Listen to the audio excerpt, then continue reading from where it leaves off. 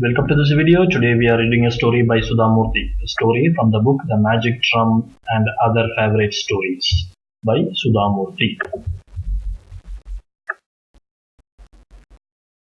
The Princess Who Was a Bird. Long ago, there lived a beautiful princess.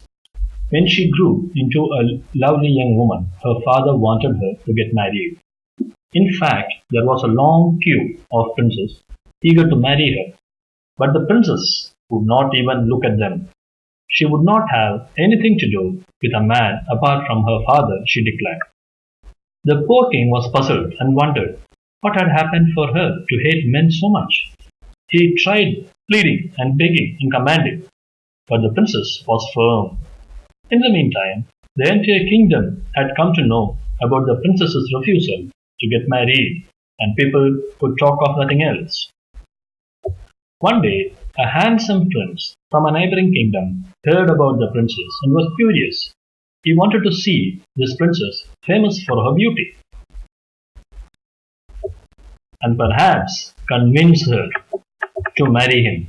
So he disguised himself as an ordinary young man and came to her kingdom. He stopped at an inn for a night where he hoped to meet someone who could tell him the story of the princess who hated men.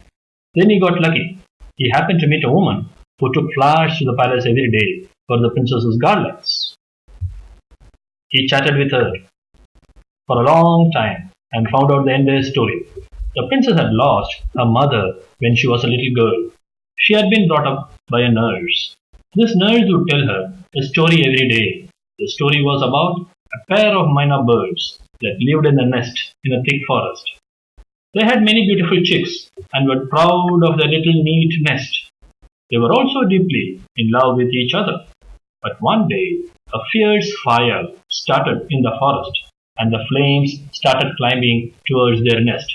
"Let us take our chicks and flee," the female myna told her husband, but he would not hear of it. "There is nothing to worry," he said. "I will look after you all."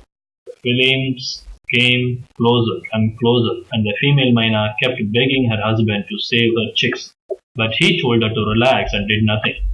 When finally the fire reached the tree and started licking at the nest, and the wife was getting charred with her babies, she saw her husband fly away, leaving them to die. The princess would ask her nurse to tell her this story every day, and after a while began to believe that been a female myna in her previous life.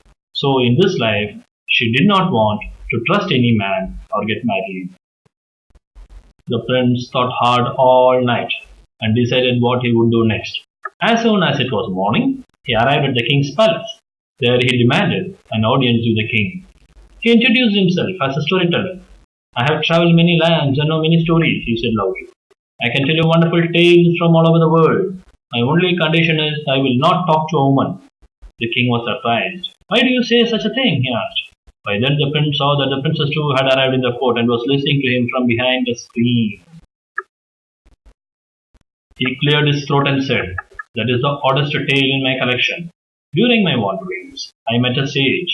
I served him for many days, and he became very pleased with me.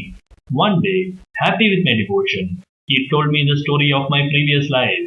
I was a male myna then. I used to live in thick green forest with my myna wife and our little chicks. One day, there was a fire, and the flames started creeping up towards our tree. I told my wife, 'Let us go from here,' but she would not listen. 'There is enough time,' she said to me. But finally, the fire reached the nest and began to burn me and the chicks. I saw my wife fly away and save herself, leaving us to die. Ever since I heard that story, I have hated women, and have decided not to talk with, let alone marry one." When she heard this, the princess pushed aside the screen and appeared before the prince, her eyes blazing with anger. "How dare you?" she shouted. "It was you who wanted to save everyone, and you were the one who left us to die. I was a female myna in my previous life." But the prince argued back. "It was not you, but I who died in the fire." The argument carried on for a while. Finally the king managed to get a word in and stop, he commanded. "No fighting in court. Perhaps you two were married to each other in your previous lives, and perhaps something did happen which made one of you leave in the time of need. Now, you must understand that friends and partners stay together. When something goes wrong, they help each other.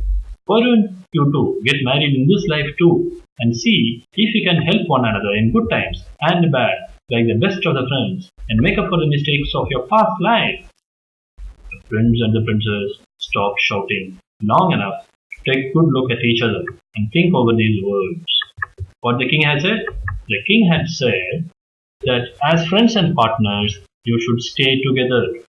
Why don't you two get married in this life too and see if you can help one another in good times and bad, like the best of friends. So the best of friends help one another in good times and bad times and make up for the mistakes of the past. If you have done some mistake before, let us do something good now and forget the error and try to see how to make each other happy. That is what friends are for.